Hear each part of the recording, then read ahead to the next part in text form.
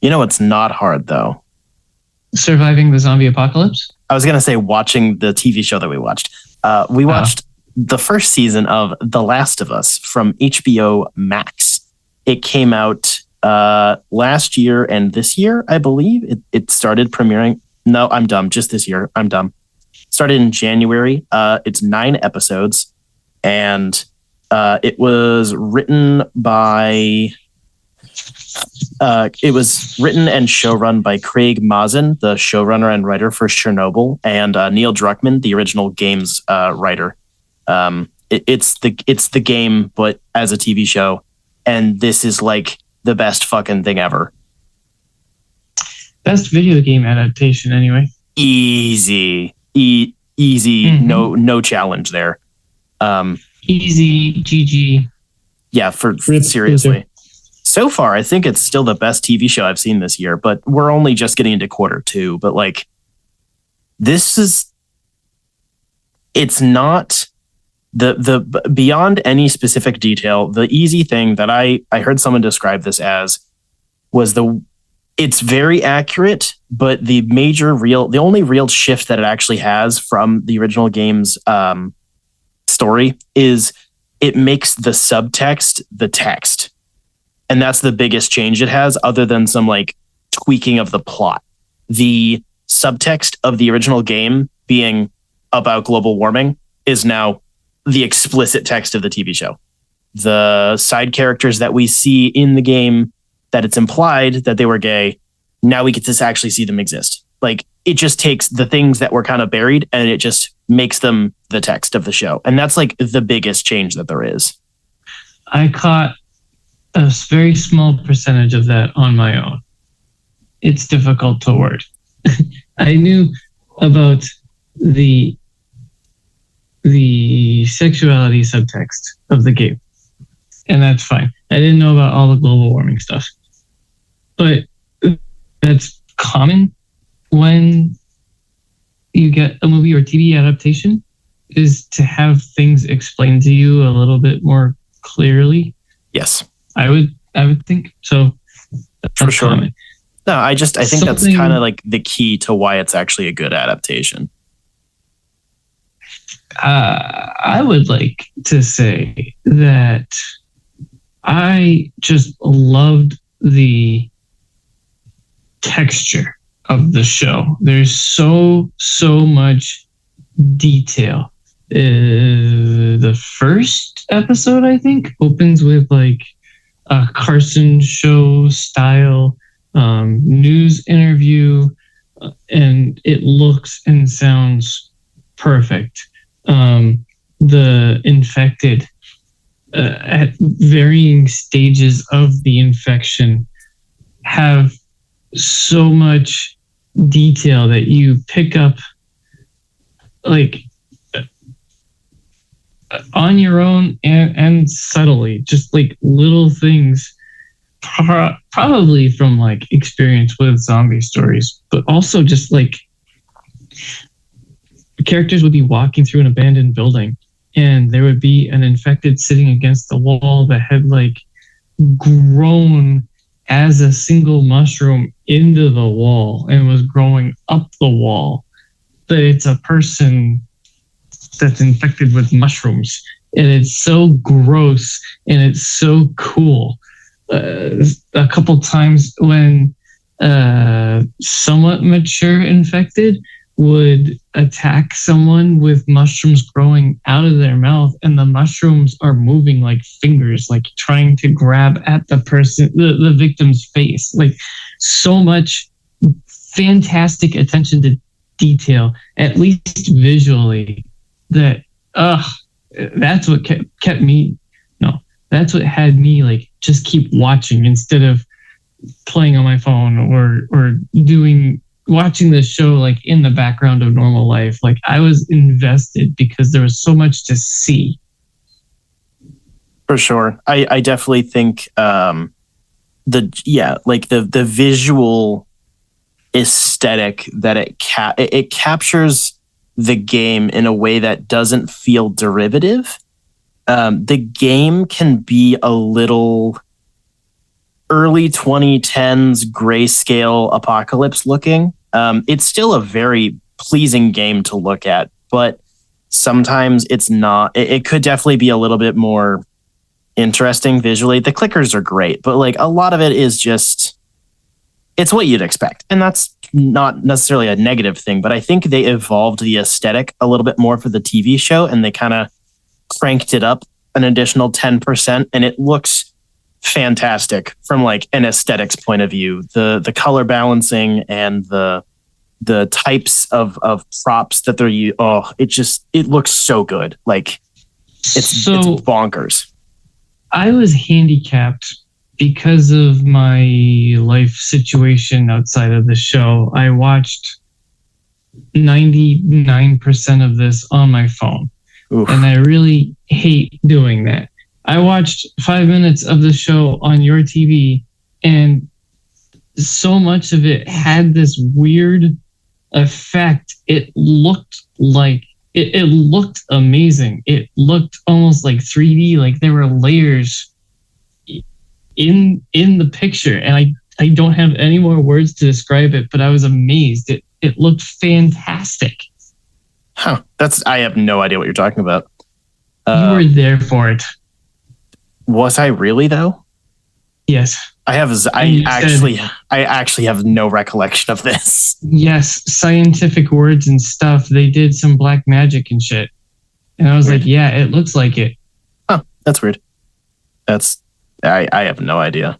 The only real visual hiccups that I noticed to nitpick is in episode 2 when they're going through the city of it's not Boston, but it's near Boston. Whatever. They're going through a big city, and I think it's the only part where the green screen is kind of rough. Other than that, the visual quality of this show does not dip at all. The spaces are extremely large and vibrant. They're extremely tactile. I don't know if they used the stagecraft for this at all. I think it might have just been, good old fashioned green screen, but the framing is fantastic. It's all so consistent between shot to shot and scene to scene. It never feels like it's on a set at all. Like not because that's the bottom of the bar, but like this was shot post-COVID, like the whole thing. I counter that with the scene with the giraffe looked pretty jank. Okay, that's true. That giraffe is real though, so I don't care. Okay. They've physically stuck a giraffe in a blue screen. Around it looked funny. Yeah, but okay, that's fair. But like, they put a giraffe on set through a blue screen. I've seen the image. It's real. What the fuck? It's bonkers. One thing that I really appreciate on this one from like a behind the scenes sort of angle is how many of the voice actors and motion capture actors from the game series that they reused for this, mostly in different roles from their original characters, but they still kind of kept it all in the family. So there's two different types of this. So we have Merle Dandridge was Marlene. She played Marlene in the games, but the visual difference isn't that big a deal, so they kept the same person. But Ashley Johnson played Ellie in the games, but she's way too old for that now. So she played Ellie's mom in the TV show. Like, that sort of stuff is really cool. I really like that. I didn't know any of that. Really? True story. Huh. I think the thing with that actually makes it really weird for my brain is because Ashley, so the game model for for Ellie in both games, and even the remastered version of 1, does not really look like Ashley Johnson at all, which is fine. She did the voice and she did the motion capture, but like they chose a different facial model. But she actually looks really similar to Bella Ramsey, who does not look at all like game Ellie. It's extremely weird, but it's just I noticed that. It was pretty cool. Like cosmic strangeness, and I love it. I don't get it, but it's really cool. I was really, really mad at myself because I'm not good at the Boomer, that's the actor game. But I let out an audible no shit. When I found out in episode 4 that Joel's waifu was played by Anna Torv, who is the star of my favoriteest TV show ever, Fringe. That's his Fringe mommy. I knew that's where you were going with that. But also she voiced the main character in Heavenly Sword, at the very least the shitty anime movie, but I think also the video game too. So, and a bunch of other video games, I'm pretty sure. I don't know. Big voice actress. Yes. But also Fringe. Yes. I appreciate that they didn't action it up. They really kept the encounters with the clickers down to a minimum, so they would be extremely impactful when they did happen. I'm sure that could have potentially been like a logistics thing, whereas the costumes were really hard to make and keep in good condition and whatever, so they couldn't have an action scene every 5 minutes. But I'm so glad that they did, because the drama here is so fucking. Even though I've seen this, I've played it like twice, and most of it's very, very close to how it was in the game. I'm still riveted by it.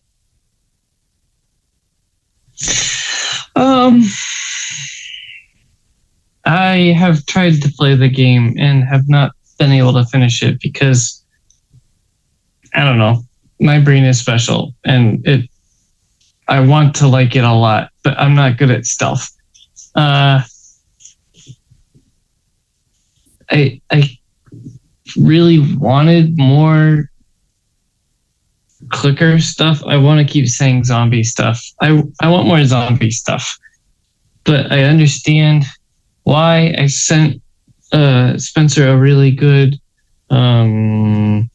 article, I guess, on YouTube about how the violence of the show is really reined in. It's disciplined, and it doesn't really show a whole lot of graphic violence until the very end. And it feels like a release, but it's also like a commentary on the characters' actions and motivations and blah, blah, blah, blah, blah. All the stuff that makes Spencer hard. It's good. That's all well and good. But I wanted more violent zombie action stuff. Yeah. I know it's dumb. I really do like this show and how it turned out. Maybe it's just because I haven't been burned out by Walking Dead. I don't know. I don't know. On that point, actually, I think this is basically the second draft of this story, because the original writer had a decade to think about their choices, see how people reacted, and then write it again. This is similar in a sense to A Series of Unfortunate Events. The TV show was written and I think show ran by the original writer, so all of the choices were made by the original. It's a second draft. I just think that's a really interesting way of looking at it, because same thing with Sandman. Yeah, it's another good example. I think that's another thing with Sandman, is pretty much everything that was changed from the comics is either a physical, well, we can't really just show it like that because it's not a comic book, or they made it more obvious and they removed the subtext from it a little bit. So it's like, it's actually very comparable in that sense. And I think that really worked towards the final decision.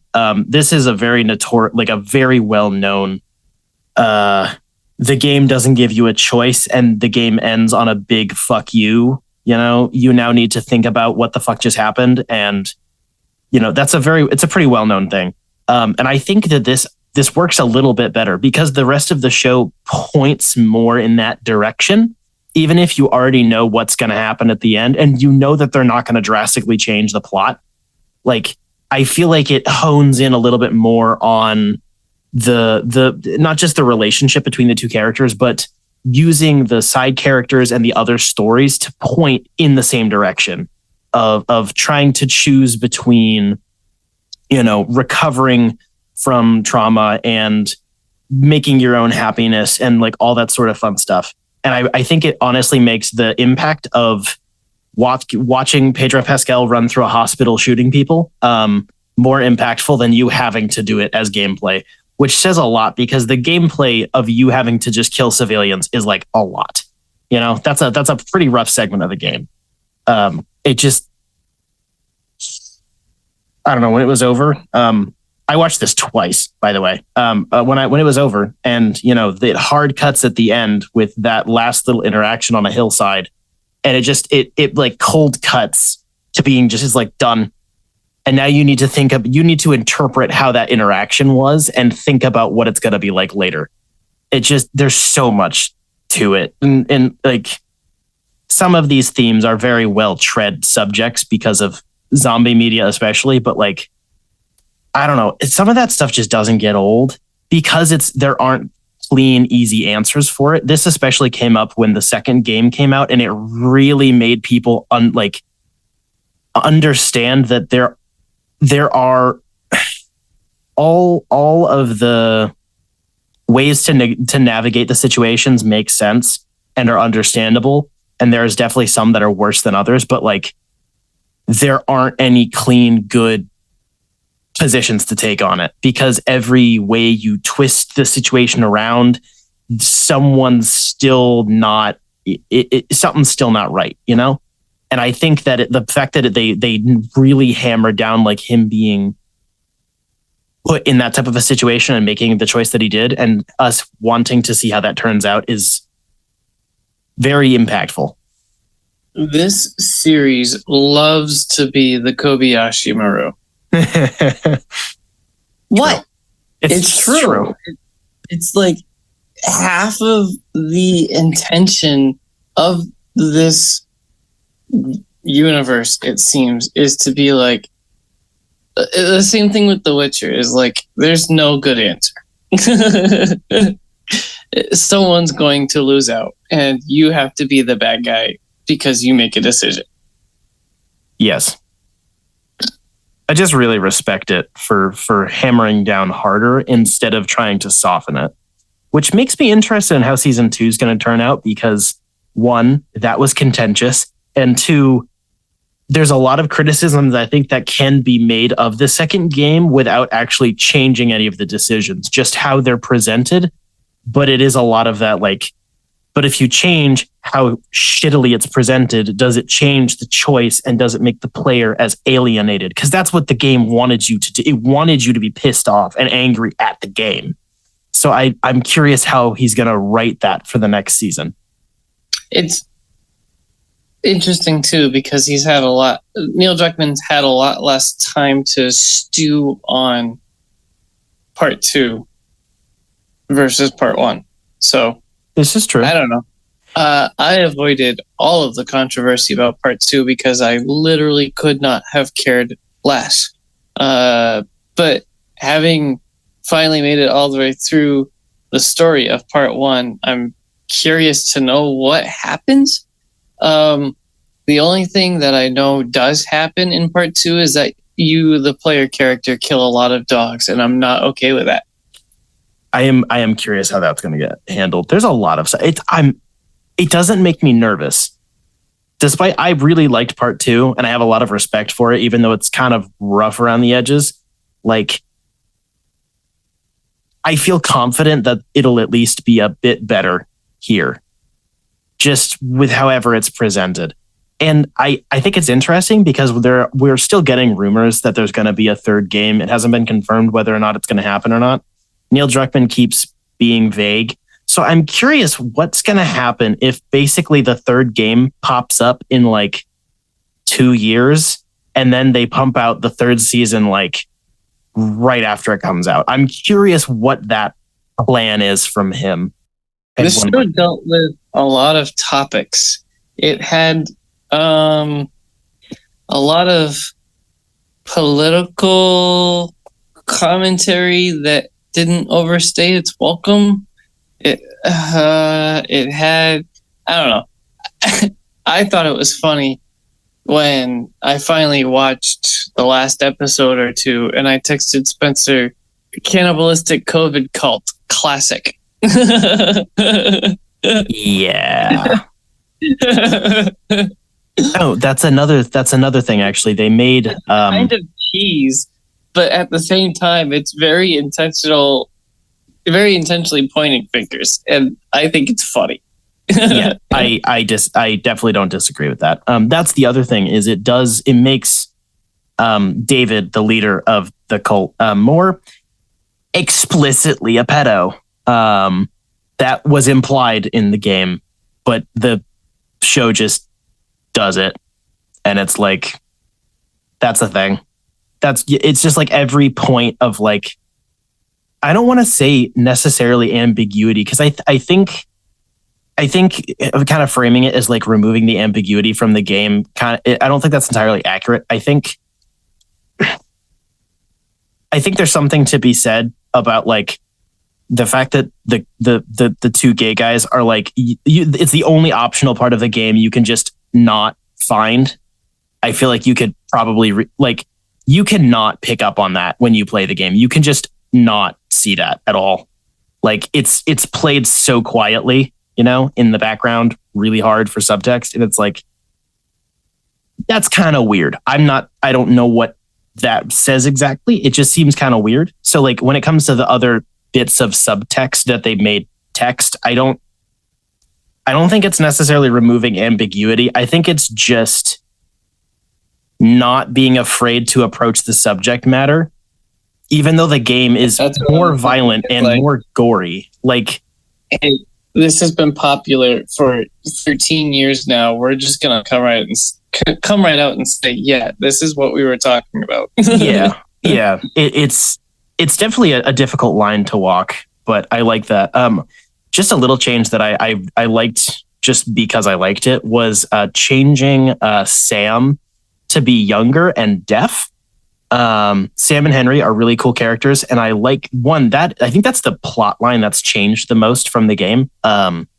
But I think it was Neil Druckmann, because there's like the after show where Neil Druckmann jerks himself off about how cool his writing choices are. And they were talking about, I think it was Craig Mazin, the other writer, who was like, what if we changed this thing and like we made Sam like deaf? And it just was a choice that they went with.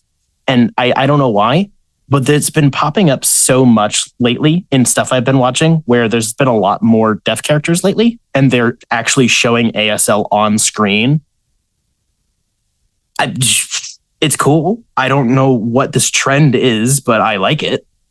I could tell where that was going almost immediately, and it still like